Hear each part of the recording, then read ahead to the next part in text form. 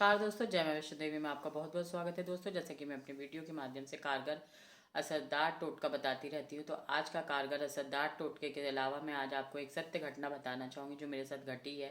और मैं आपको जरूर बताना चाहूँगी, जब मैं कम से कम 14 या 15 साल की रही होंगी, तो जहाँ मेरे फादर जॉब करते थे, क्योंकि मेरे फादर सरकारी नौकरी में थे, तो जो एरिया था उसे वहाँ पर गवर्नमेंट मकान कहते हैं, वहाँ मिले हुए थे। तो अरमापुर स्टेट एरिया है वो। वहाँ पे बहुत पुराने पुराने मकान बने हुए थे। क्योंकि उस समय जब पुराने मकान बने हुए थे, उनमें बहुत सारी ऐसी घटनाएं भी घटी हुई थी, बहुत सारी चीज़ें भी ऐसी होती हैं कि जिनका आपको अंदाज़ा लगाना भी बड़ा मुश्किल होगा आज के युग में। क्योंकि उस समय के टाइम पे ये चीज़ें बहुत ज़्यादा घटती थी। अब तो कलयुग हो गया, तो धीरे धीरे लगता है भूत प्रेतों को भी कुछ कम इंटरेस्ट आने लगा इंसानों में। तो उस समय की बात है, मैं आपको बताना चाहूँगी। मैं काफ़ी छोटी थी, तो हम लोग के बगल में बहुत सारे मकान बने हुए थे स्टेट में। तो वहाँ पे अलाउ नहीं था बाहर का इंसान, जो स्टेट में रहते हैं वही लोग अलाउ रहते हैं। तो हम लोग वहाँ रहते थे, काफ़ी छोटे थे। हम लोग 4 भाई बहन हैं, नहीं 6 भाई बहन हैं। मतलब 4 सिस्टर और 2 भाई हैं। तो हम लोग वहाँ पे रहते थे, तो हम लोग अक्सर खेला खेला करते थे। तो हम लोग की तरफ एक पार्क था। पार्क में झूले लगे हुए थे, बहुत सारे झूले लगे हुए थे। तो हम, मेरी बहन और हम लोग अक्सर घूमने जाया करते थे।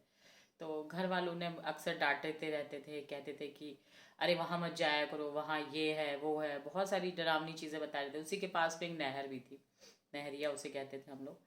अब वो बंद करा दी गई है। तो हम लोग अक्सर वहाँ जाया करते थे, घूमा फिरा करते थे, कभी कुछ ऐसा लगता नहीं था। उसी के पास एक स्कूल भी था, स्कूल में सर पढ़ाते थे उस समय। स्कूल वो सरस्वती शिशु मंदिर था। वहाँ पे आचार्य वगैरह जो होते हैं वो लोग पढ़ाते थे।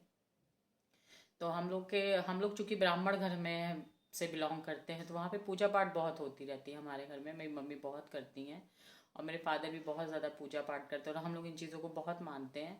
तो हमारे मतलब अरमापुर के स्टेट से थोड़ा सा दूर पनकी पड़ता है, वहाँ पे बजरंगबली का बहुत बड़ा मंदिर है, बहुत बड़ा बजरंगबली का मंदिर है। वहाँ पे के जो पुजारी जी हैं वो नहीं रहे हैं। तो उनको मौन शिक्षा जो होती है, मौन व्रत रहने की, वो बहुत ज़्यादा ये करते थे मंगलवार मंगलवार के दिन। लेकिन अक्सर वो हम लोगों को बहुत ऐसी सी बातें बता देते थे जो हमारे फादर मदर को भी नहीं मालूम होती थी।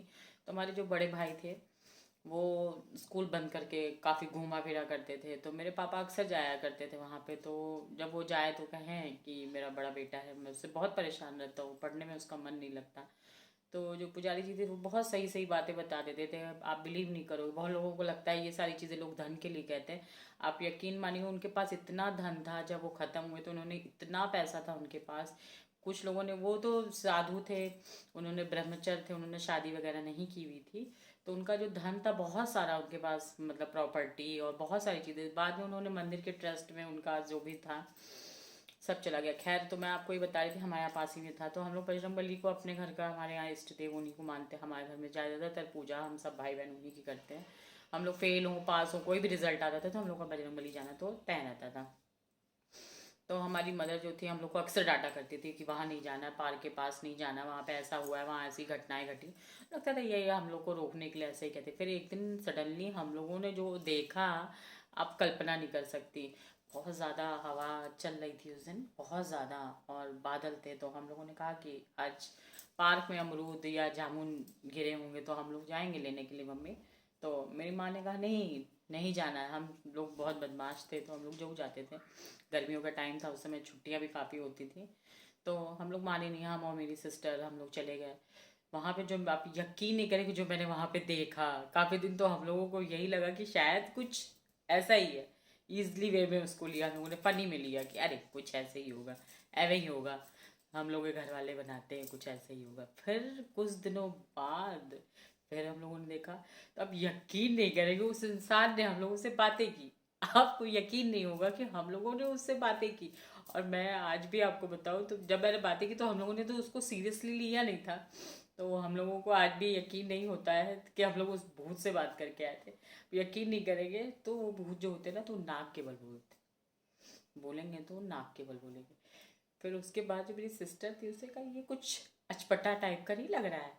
मेरी बहन ने मुझसे कहा, मेरी बहन छोटी थी मुझसे, हम लोगों में ज़्यादा डिफरेंस नहीं था, साल साल भर का था। तो मेरी बहन ने कहा, उसका नाम डॉली था, मेरा नाम पप्पी था। तो मेरी डॉली डॉली ने कहा हमसे, अरे यार ये लगता है भूत है क्या।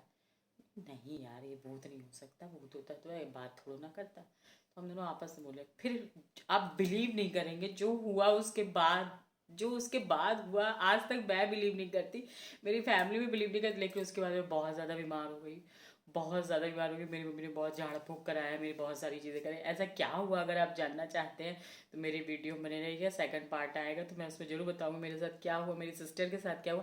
ऐसी बहुत सारी कहानियाँ हैं हरमापुर स्टेट की जो मैं आपको बताना चाहूँगी। मेरे साथ बहुत सारी घटनाएं ऐसी घटी जो हम लोगों ने बचपन से देखी हैं।